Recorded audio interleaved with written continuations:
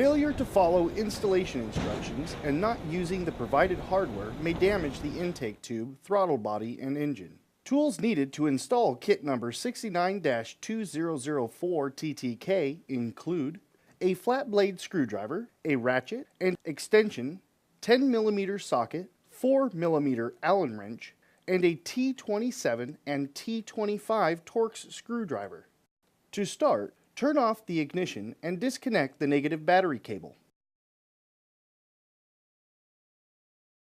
Disconnect the mass air sensor electrical connection. Disconnect the crankcase vent hose from the intake tube.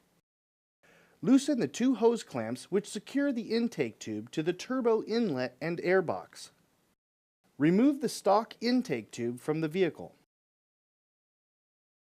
Loosen the 4 screws that secure the upper air box to the lower air box, then remove the upper air box and air filter from the vehicle.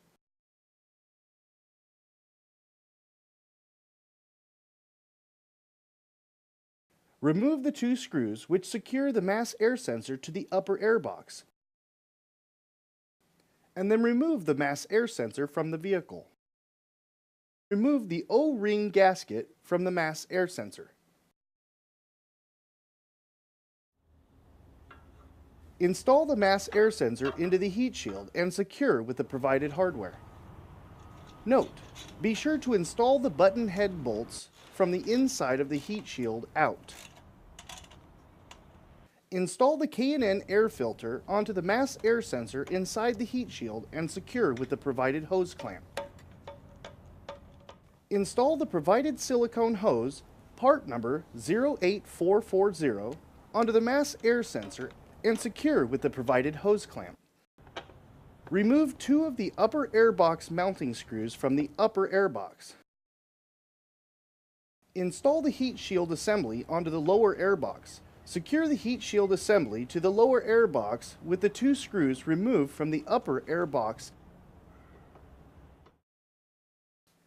Install the silicone hose, part number 08484, onto the turbo inlet and secure with the provided hose clamp. Install the K&N intake tube into the silicone hose on the turbo inlet and mass air sensor, and then secure with the provided hose clamp.